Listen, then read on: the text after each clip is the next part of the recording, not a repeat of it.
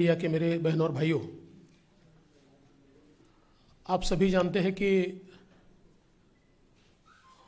गोवा राज्य का चुनाव 14 फरवरी को होने वाला है और आज उसी के सिलसिले में भारतीय जनता पार्टी की सूची जारी करने के लिए हम लोग आपके बीच उपस्थित हैं। हम सब ने और विशेष रूप से गोवा के लोगों ने देखा है कि पिछले 10 साल से गोवा में भारतीय जनता पार्टी की सरकार ने स्थिरता और विकास इस मूल मंत्र को यथार्थ में लाया है। गोवा की पॉलिटिक्स में जो अनस्टेबिलिटी थी उसको बीजेपी ने समाप्त किया और गोवा को एक विकास के नए पथ पर भारतीय जनता पार्टी लेकर गई। गोवा का चेहरा बदलने का काम भारतीय जनता पार्टी ने किया है। विशेष रूप से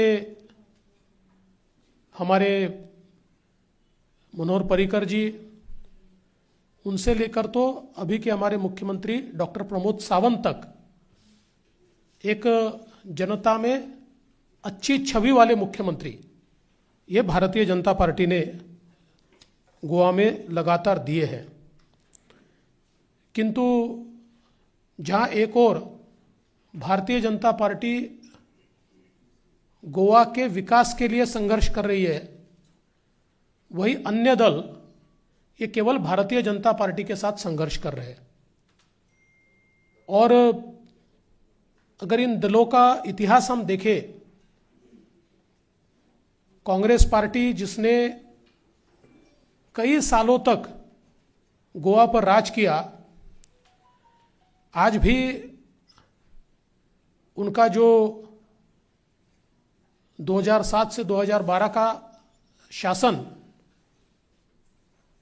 अगर हम लोग देखते हैं तो दिगंबर कामत जी के नेतृत्व में उस समय की कांग्रेस ने जो गोवा को सरकार दी, गोवा के इतिहास में सबसे ज्यादा घोटाले ये कांग्रेस की सरकार में देखे। एक दिन ऐसा नहीं जाता था कि जिस दिन गोवा में कोई मेजर स्कैम नहीं होता था और गोवा की छवि को कांग्रेस ने पूरी तरीके से धूमिल किया। इनको सत्ता मात्र इसलिए चाहिए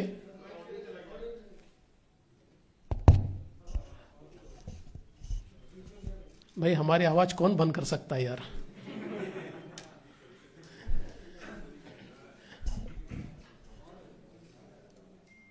इन पार्टियों को, विशेष रूप से कांग्रेस को, इसलिए गोवा चाहिए कि फिर एक बार उनकी लूट की राजनीति वे शुरू कर पाए और गोवा को पैसे बनाने की मशीन के रूप में, फैक्ट्री के रूप में कांग्रेस पार्टी ये देखती है। और वैसे भी नेताओं का भी कांग्रेस से मोह भंग हो गया है, क्योंकि बड़े बड़े नेता कांग्रेस छोड़कर चले गए, कुछ इंडिपेंडेंट लड़ने की कोशिश कर रहे हैं और जनता का भी कांग्रेस से मोह भंग हो चुका है। इसलिए कांग्रेस कोई भी क्रेडिबिलिटी गोवा के मन में तैयार नहीं करती। अभी गोवा में तृणमूल कांग्रेस पार्टी भी आई है और उन्होंने एक गठबंधन भी तैयार किया है। वहां की जो महाराष्ट्रवादी गोमांतक पार्टी है एमजीपी, उसके साथ ये गठबंधन तैयार हुआ है। तृणमूल कांग्रेस के आने के बाद जिस प्रकार की राजनीति टीएमसी ने की, गोवा ने उस राजनीति को पहले ही नकार दिया। जो एग्रेशन उन्होंने दिखाया और जिस प्रकार से तृणमूल कांग्रेस ये सूटकेस लेकर आई और सूटकेस के भरोसे पार्टी के एक्सपांशन का उन्होंने प्रयास किया, मानो गोवा एक मार्केट हो और वहां के नेता ये मार्केट में फॉर सेल हो, इस प्रकार का भाव जो तृणमूल कांग्रेस का दिखा और फिर कांग्रेस के कई नेता, अलग अलग नेताओं को जिस प्रकार से उन्होंने लिया, और वहाँ की बातें अगर सुनी जाए तो लोग तो कहते खरीदा, पर ठीक है, मैं ये कहना नहीं चाहता हूँ, लेकिन बावजूद उसके अब लोगों के मन में तृणमूल कांग्रेस कोई भी कॉन्फिडेंस इंस्पायर नहीं करती, क्योंकि उसका जो स्टैंड रहा है तृणमूल कांग्रेस का, लोग ये समझते हैं कि इनका स्टैंड ये anti Hindu, anti national and anti democratic है। बंगाल के चुनाव के बाद जिस प्रकार का बर्ताव तृणमूल का रहा है, गोवा के लोग ये मानते हैं कि ये पार्टी गोवा के लिए सूटेबल पार्टी नहीं है। और दुर्दैव से गोवा की होम ग्रोन पार्टी जो है एमजीपी, इन्होंने उनके साथ अलायंस किया, और इस अलायंस के कारण एमजीपी के केडर में इतना असंतोष है कि उनके जो नेता चुनाव लड़ने वाले थे, ऐसे कई नेताओं ने मना कर दिया। कुछ नेता और कई कार्यकर्ता भारतीय जनता पार्टी के साथ आए, क्योंकि पूर्व में एमजीपी बीजेपी के साथ रही है। तो ये सारे के सारे नेता, ये जो टीएमसी का एक प्रकार का एंटी हिंदू स्टैंड है, एक प्रकार का एंटी डेमोक्रेटिक स्टैंड है, इसके चलते वो भारतीय जनता पार्टी में आए। और इसलिए ये जो अलायंस है, ये अलायंस भी कोई लोगों को बहुत इंस्पायर नहीं कर रहा है। तीसरी पार्टी यहाँ जो आई हुई है वो है आप ने हमेशा की तरह सुबह से लेकर शाम तक झूठ बोलना, और झूठ की बुनियाद पर यह पार्टी खड़ी है, और वही काम उन्होंने गोवा में भी करके देखा, पिछले चुनाव में भी किया, लेकिन पिछले चुनाव में भी लोगों ने उनको गोवा में नकारा, और इस चुनाव में भी गोवा में उनको निश्चित रूप से नकारा जाएगा, क्योंकि दिल्ली में आप जो गोवा में या बाकी जगह जाकर वो शोकेस करते हैं, उसके दिल्ली में परिस्थिति क्या है ये लोगों ने देखा है। जगमगाती बिजली का नारा आप पार्टी ने दिया था, और जैसे ही अभी बीच में केजरीवाल जी ने कहा कि हम मुफ्त बिजली दे रहे हैं, पूरा सोशल मीडिया उनके ऊपर टूट पड़ा कि भले ही मुफ्त मत दीजिए, पर हमको बिजली दीजिए, क्योंकि इतने बार पावर कट होता है। और लोगों ने एक प्रकार से उसका मखौल बनाया, और लोगों ने यह भी कहा कि गलती से 200 के ऊपर 201 यूनिट हो गया तो पूरा बिल देना पड़ता है, कोई सब्सिडी मिलती नहीं है। और ये सारी चीजें लोगों के सामने हैं। दिल्ली में वाटर सप्लाई के संदर्भ में भी उन्होंने जो एक आश्वासन दिया था, अंत में मोदी जी की सरकार की योजना हर घर नल, उस योजना के माध्यम से आज यहां पर सारा काम जो है वो काम हो रहा है, और लोगों के घर में जल पहुंच रहा है। ये कोई केजरीवाल जी की सरकार इसमें कोई बहुत बड़ा कंट्रीब्यूशन नहीं कर रही है। इतना ही नहीं, तो जिन मोहल्ला क्लिनिक के बारे में इतनी हाइप तैयार की गई थी, एक तो जो उन्होंने खुद टारगेट कहा था 750 का, करीब 430-440 मोहल्ला क्लिनिक तैयार हो पाए। उसमें से भी मार्च 2020 में 200 मोहल्ला क्लिनिक बंद थे। और इतना ही नहीं, तो लोगों के भी ये ध्यान में आया कि जब कोरोना जैसी आपत्ति आती है तो मोहल्ला क्लिनिक किसी काम के नहीं है, वहाँ पर कोई भी मर्स की उस दवा नहीं है, या कोई भी वहाँ पर इलाज मिलता नहीं है। तो कुल मिलाकर अगर हम देखें तो आप पार्टी ये गोवा में भी आकर अलग अलग प्रकार के आश्वासन दे रही है, लेकिन लोगों को उनका भी सत्य पता है। तो मुझे लगता नहीं है कि आपके बारे में भी लोगों के मन में कोई विश्वास है। भारतीय जनता पार्टी ने गोवा में स्टेबिलिटी दी है, स्थिरता दी है, और एक स्वर्णिम गोवा का एक सपना जो हमारे मनोहर पर्रिकर जी ने देखा था, उसको पूर्ण करने का काम आज भारतीय जनता पार्टी वहां पर कर रही है। सोशल सिक्योरिटी के माध्यम से अलग अलग स्कीम्स जो आज आप जैसी पार्टी दिल्ली में अनाउंस करती है, 2002 की भारतीय जनता पार्टी की सरकार ने इसमें से कई स्कीम्स लागू कर दी है। तब से लेकर ये स्कीम्स वहां पर चल रही है। फिर 2012 में हमने उन स्कीम्स को और अच्छा किया है। और देखिए, अगर हम ये देखें तो 2012 में जब हम सत्ता में आए गोवा में, तो उस समय सोशल सिक्योरिटी पर गोवा सरकार का स्पेंडिंग था 191 करोड़ 191 करोड़, और आज गोवा में 903 करोड़ रुपया हम लोग स्पेंड करते हैं। मतलब हम 6 से गुना से ज्यादा पैसा आज गोवा में सोशल सिक्योरिटी पर स्पेंड करते हैं। जो दयानंद सोशल सिक्योरिटी योजना गोवा सरकार की है, देश की सबसे पहली योजना है, जिसमें करीब 1.37 लाख लोगों को 2000 रुपया पर मंथ ये वहां पर दिया जाता है। और जो हमारी विधवाएं हैं उनको 2500 रुपया पर मंथ ये दिया जाता है। ये बाकी पार्टी आकर आज अनाउंस कर रही है, लेकिन गोवा में ये ऑलरेडी जिस समय मनोहर पर्रिकर जी थे उस समय से लगातार हम लोग उसको दे रहे हैं। उसके बाद दीनदयाल स्वास्थ्य सेवा योजना भी गोवा में लागू है, जिसमें 4 लाख तक हमारे जो गोवा के नागरिक हैं उनको सारे प्रकार के जो हेल्थ केयर फैसिलिटीज है वो उनको मुफ्त मिलती है। और ये भी लागू करने वाला गोवा ये बहुत पहला राज्य रहा है जो बीजेपी की सरकार ने यहां पर किया है। इतना ही नहीं, तो अगर हम बाकी भी चीजें देखें तो वुमेन एंड चाइल्ड डेवलपमेंट ये जो विषय है, 2012 में इसका गोवा का स्पेंडिंग था मात्र 54 करोड़ 54 करोड़, जो आज 549 करोड़ तक हम लेकर गए। मतलब 10 गुना ये वुमेन एंड चाइल्ड डेवलपमेंट का एक्सपेंडिचर ये पिछले 10 सालों में बीजेपी की सरकार ने बढ़ाया है। गृह आधार योजना जो है, इसमें भी करीब 1.22 लाख विमेन को 1500 रुपया पर मंथ ये दिया जाता है, और 1609 करोड़ रुपए इसके ऊपर बीजेपी की सरकार ने खर्चा किया है। लाडली लक्ष्मी स्कीम में 1 लाख रुपया जो बच्चियों को 18 साल की होती है उनको दिया जाता है, और इसमें भी करीब 72,943 बच्चियों को इसका फायदा मिला है। और मैं ये बता दूं कि चूंकि ये आंकड़े गोवा की पॉपुलेशन के अनुपात में ये बहुत बड़े आंकड़े हैं।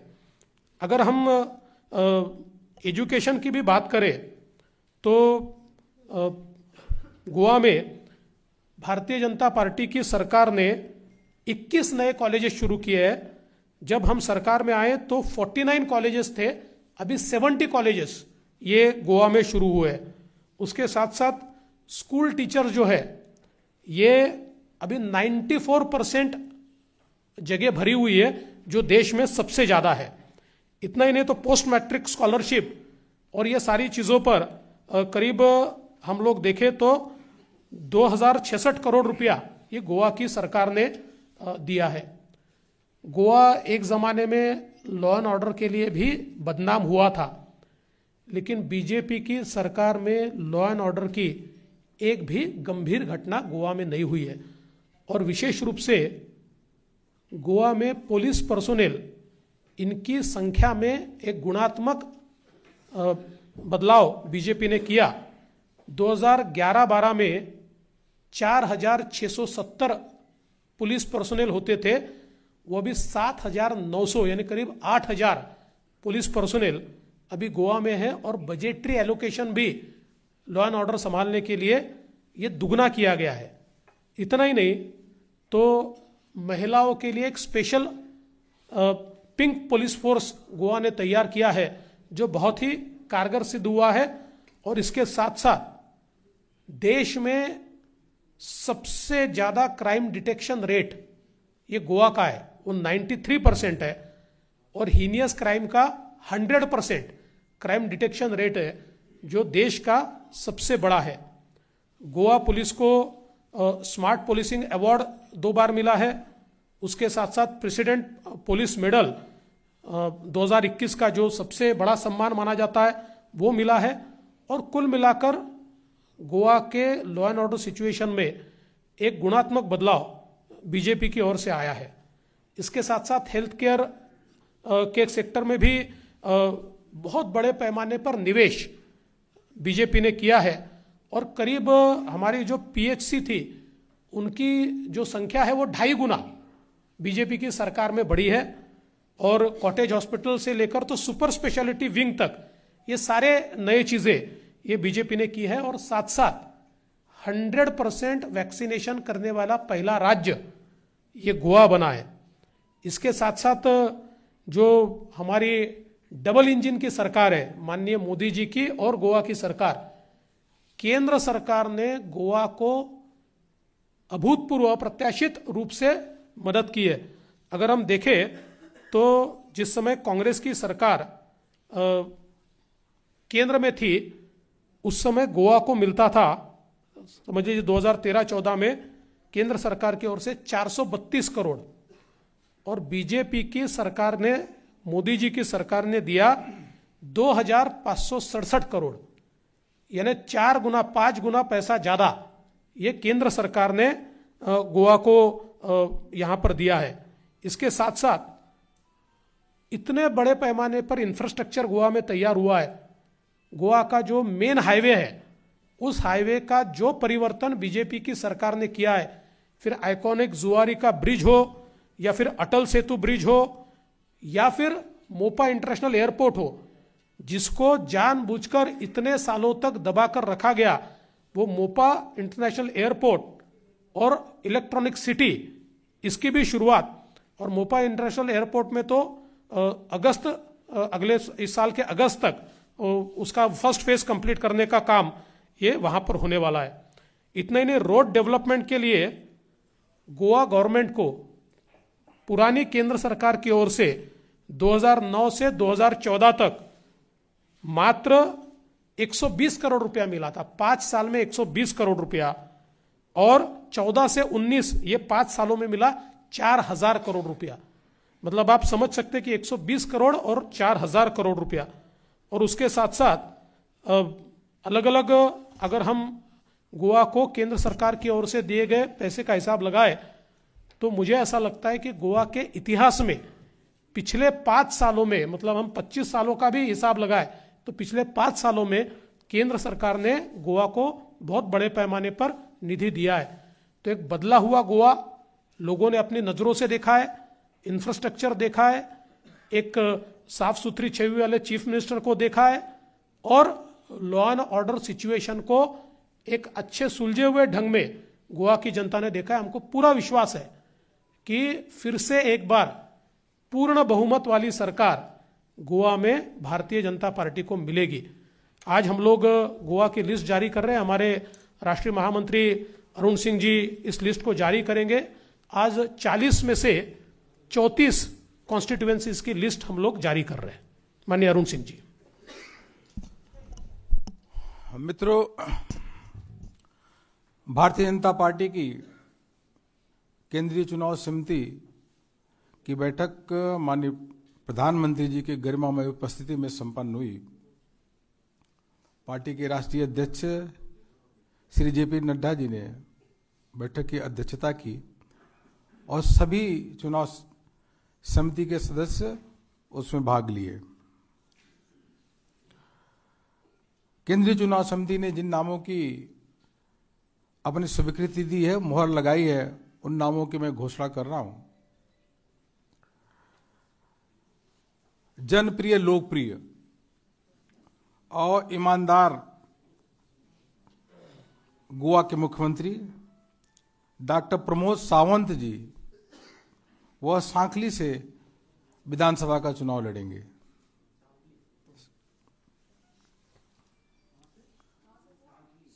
सांकली से चुनाव लड़ेंगे।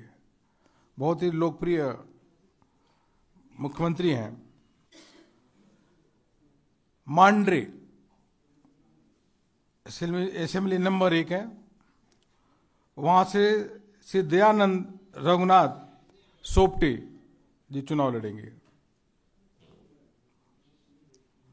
पेडने कंसोंसी नंबर 2, वहां से श्री प्रवीण आर्लेकर, उनको केंद्रीय चुनाव समिति ने स्वीकृति दी है वह वहां से चुनाव लड़ेंगे। तिबिम, यहां से श्री नीलकांत हलनकर यहां से भारतीय जनता पार्टी के प्रत्याशी होंगे। मापुसा, वहां से Shri Joshua Peter D'Souza Bharatiya Janata party के प्रत्याशी होंगे। सियोलिम, यह विधानसभा है, यहां से श्री दयानंद मांद्रेकर को भारतीय जनता पार्टी ने अपना प्रत्याशी बनाया है।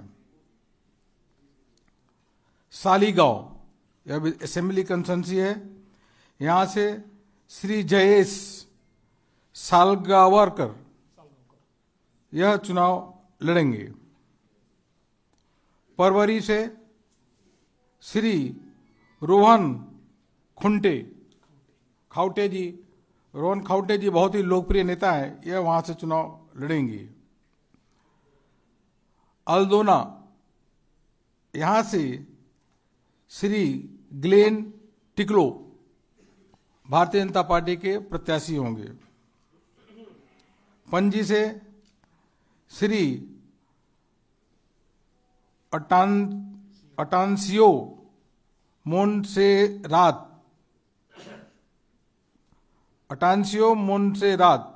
भारतीय जनता पार्टी के प्रत्याशी होंगे। तालीगांव से श्रीमती जेनिफर मोन्सेरात यह भारतीय जनता पार्टी के केंद्रीय चुनाव समिति ने इनके नाम की स्वीकृति दी है, चुनाव लड़ेंगे। 7 आंध्रे, यहां से जो चुनाव लड़ेंगे वह फ्रांसिस्को और सिल्विरा यह भारतीय जनता पार्टी के प्रत्याशी होंगे। मईम से श्री प्रेमेंद्र विष्णु सेठ यह चुनाव भारतीय जनता पार्टी के प्रत्याशी होंगे। माननीय मुख्यमंत्री का मैंने नाम बता ही दिया जहां से चुनाव लड़ेंगे। परेम से श्रीमती दिव्या विश्वजीत राणे भारतीय जनता पार्टी के प्रत्याशी होंगे। बालपोई से श्री विश्वजीत प्रताप सिंह राणे यह चुनाव लड़ेंगे। पिरोल से श्री गोविंद गावड़े भारतीय जनता पार्टी के प्रत्याशी होंगे। पोंडा, यहां से श्री रवि सीताराम नायक जो पहले मुख्यमंत्री थे, वह पोंडा से श्री रवि सीताराम नायक भारतीय जनता पार्टी के प्रत्याशी होंगे। सिरोडा से श्री सुभाष शिरोडकर भारतीय जनता पार्टी के प्रत्याशी होंगे। मडकई से केंद्रीय चुनाव समिति ने सुदेश भिंगी के नाम की स्वीकृति दिया, वह चुनाव लड़ेंगी। मुरगांव से श्री मिलिंद नायक, बास्को डी गामा, हाँ, यहां से श्री कृष्णा सालकर चुनाव लड़ेंगे। दावली, हाँ, यहां से माविन गुदिनो जी दावोली से भारतीय जनता पार्टी के प्रत्याशी होंगे। नुवे से श्री दत्ता विष्णु बोरकर भारतीय जनता पार्टी के प्रत्याशी होंगे। फारतोडा से श्री दामोदर नायक जी भारतीय जनता पार्टी के प्रत्याशी होंगे।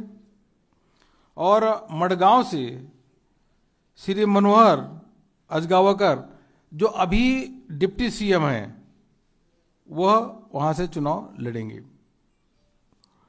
उसी प्रकार से बेनोलिम से दामोदर बंदोरकर यह भारतीय जनता पार्टी के प्रत्याशी होंगे। नावेलिम से श्री उल्लास तुनेकर यह भारतीय जनता पार्टी के प्रत्याशी होंगे। और कनकोलिम से यहां से श्री क्लाफासियो डायस बहुत पॉपुलर व्यक्ति हैं, यहां से चुनाव लड़ेंगे। पत्रकार, आपके लोगों के लिए बड़ी प्रसन्नता की विषय है, बहुत प्रसिद्ध जर्नलिस्ट पत्रकार है वो वेलिम से, वह जो हमारे सावियो रोड्रिग्स आप सब जानते ही होंगे, वह पत्रकार है, जर्नलिस्ट है, वहां से वह चुनाव लड़ेंगे। केपे से श्री चंद्रकांत कावेलकर जी, जो अभी सरकार में डिप्टी सीएम है, पॉपुलर नेता है, वो वहां से भारतीय जनता पार्टी की केंद्रीय चुनाव समिति ने कहा कि वहां से चुनाव लड़ेंगे। कुरचड़े से नीलेश काब्राल, यह भारतीय जनता पार्टी के प्रत्याशी होंगे। सावर्ट से गणेश गांवकर,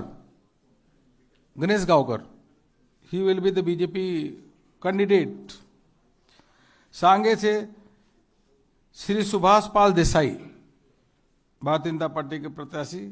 कानकोण से श्री रमेश तावटकर, यह होंगे भारतीय जनता पार्टी के प्रत्याशी जिनको केंद्रीय चुनाव समिति ने नाम स्वीकृति दी। ये 34 नाम है। अभी मैं आपके लिए यह बताना चाहूंगा कि सबसे बड़ी बात है कि विश्व की सबसे बड़ी पार्टी भारतीय जनता पार्टी, जो दलित है, आदिवासी हैं, पिछड़े हैं, इनको हितों के लिए सदैव माननीय प्रधानमंत्री मोदी जी काम करते हैं और यह वर्ग माननीय प्रधानमंत्री जी को अपने मसीहा के रूप में देखता है। और गोवा से भी अगर देखेंगे तो 3 जनरल सीटें हैं, 3 जनरल सीटें पे भारतीय जनता पार्टी की केंद्रीय चुनाव समिति में 3 एसटी नाम की स्वीकृति दी है। जनरल सीटों पर 3 एसटी लड़ेंगे, यह भारतीय जनता पार्टी ने गोवा में स्वीकृति दी है। इसी के साथ साथ एसटी शेड्यूल ट्राइब। इसी के साथ साथ यह भी बताना चाहूंगा कि एक जनरल सीट पे भारतीय जनता पार्टी के केंद्रीय चुनाव समिति ने एससी वर्ग के प्रत्याशी को अपना स्वीकृति दिया, वह चुनाव लड़ेंगे। तो 2 एससी भारतीय जनता पार्टी के प्रत्याशी होंगे, एक जनरल पे एससी भारतीय जनता पार्टी ने दिया है। और एसटी पे 3 जो मैंने बताया, वह तीनों के तीनों प्रत्याशी एसटी के हैं और तीनों जनरल सीट पे लड़ रहे हैं। इसी से आप समझिए कि भारतीय जनता पार्टी सदैव जो दलित है, पिछड़े हैं, कुचले हैं, वंचित है, उनका माननीय प्रधानमंत्री सदैव उनका ध्यान रखते हैं और उनको सर्वोपरि उनके लिए हित के लिए काम करते हैं। उसी प्रकार से ओबीसी के 11 प्रत्याशी होंगे। 11 प्रत्याशी। लोग तो आज कल ओबीसी के हितों की बात करते हैं, लेकिन किसी ने किया नहीं है। माननीय प्रधानमंत्री जी है जो ओबीसी के हितों के लिए उन्होंने काम किया। ओबीसी आयोग बनाने से लेकर के 27 ओबीसी मंत्री भी देने का काम किया।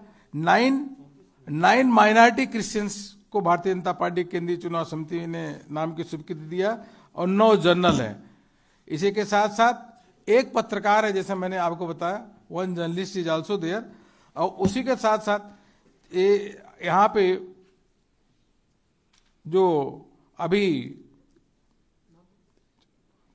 6 प्रत्याशियों को के जगह नए प्रत्याशी देने का काम किया है।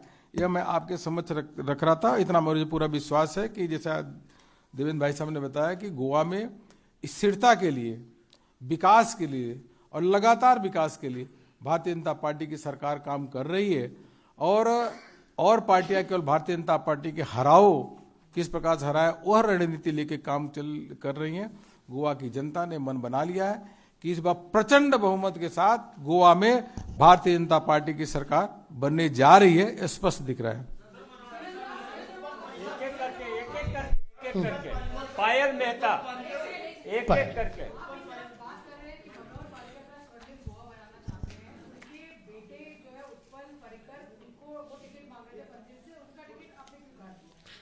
देखिए, पंजिम में जो सिटिंग एमएलए है उन्हीं को टिकट दिया गया है। उत्पल पर्रिकर या पर्रिकर जी का परिवार, ये हमारा परिवार है, ये हमारे सारे करीबी लोग हैं। हमने उत्पल पर्रिकर को 2 और ऑप्शन दिए थे कि जहाँ से वो लड़ सकते हैं।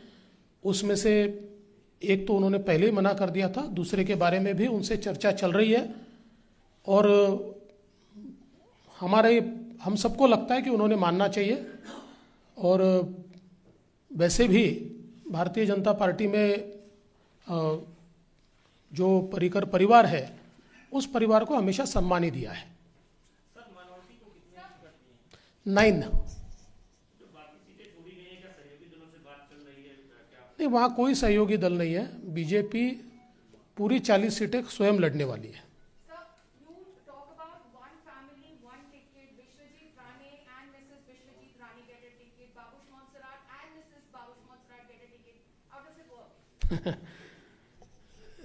देखिए, कभी कभी ऑक्यूपेशनल हैजार्ड हम जिसको कहते हैं, ऐसा पॉलिटिक्स में भी हमको देखने को मिलता है। तो बाबूश मोन्सेरात और उनकी पत्नी दोनों चुनकर आए थे और दोनों बीजेपी में आए। और उनकी पत्नी यानी जेनिफर मोन्सेरात जो है, उनकी अपनी एक अलग पहचान भी है और वे अभी बीजेपी की सरकार में मंत्री भी है। और जहाँ तक विश्वजीत राणे का सवाल है, वो भी बीजेपी में कांग्रेस से आए, उन्होंने इस्तीफा दिया, वो बीजेपी से चुनकर आए। और जो प्रिय सीट थी वो प्रताप सिंह राणे जी की सीट थी। प्रताप सिंह राणे जी 50 साल तक लगातार उस सीट से चुनकर आए कांग्रेस के टिकट पर। कांग्रेस वहां कभी नहीं हारी। इस बार हमने प्रताप सिंह राणे जी को यह निवेदन किया कि कांग्रेस लगातार नीचे जा रही है, यह पार्टी देश का भला नहीं कर सकती और इसलिए आपकी सीट जो है वो बीजेपी को दे दीजिए और भारतीय जनता पार्टी से आप लड़िए या भारतीय जनता पार्टी को आप मदद कीजिए। तो उस समय उन्होंने कहा, हमारी बात को उन्होंने माना, लेकिन उन्होंने कहा मेरा एज भी ज़्यादा है तो मैं नहीं लड़ूंगा और दिव्या राणे वहाँ पर लड़ेगी। तो इसलिए जो सिटिंग सीट है, उस सिटिंग सीट पर अगर कोई पहले निर्णय हुआ है तो ऐसे निर्णय Bharatiya Janata party carry forward करती है, नए निर्णय नहीं करती। नहीं, कांग्रेस लड़ेगी वो सीट। कांग्रेस क्यों नहीं लड़ेगी? पक्का लड़ेगी, लेकिन उनको हराएंगे हम। शायद कांग्रेस ने उम्मीदवार भी डिक्लेअर किया है। ठीक है। एक बार मराठ्यांची तळपती तलवार म्हणजे